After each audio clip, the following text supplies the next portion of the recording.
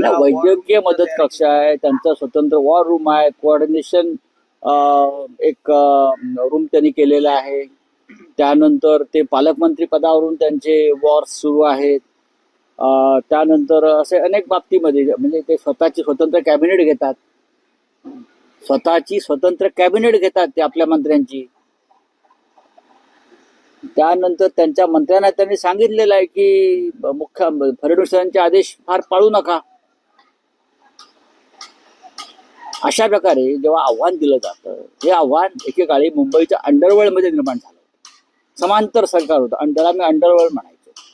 आता हे मंत्रालयामध्ये अंडरवर्ल्ड सुरू आहे ना, समांतर सरकार, पॅरलल गव्हर्नमेंट, समांतर सरकार, प्रति सरकार जर सुरू असेल तर या राज्याची अवस्था ही राजकीय अराजक निर्माण झाल्यासारखी आहे. मंत्रालयामध्ये राजकीय अराजक निर्माण झालेलं आहे. देवेंद्र फडणवीस हे खंबीर मुख्यमंत्री आहेत असं आम्ही मानतो. ते हे मोडून काढणार नसतील तर हे राज्य हे अराजकाच्या खाईत ढकललं जाईल.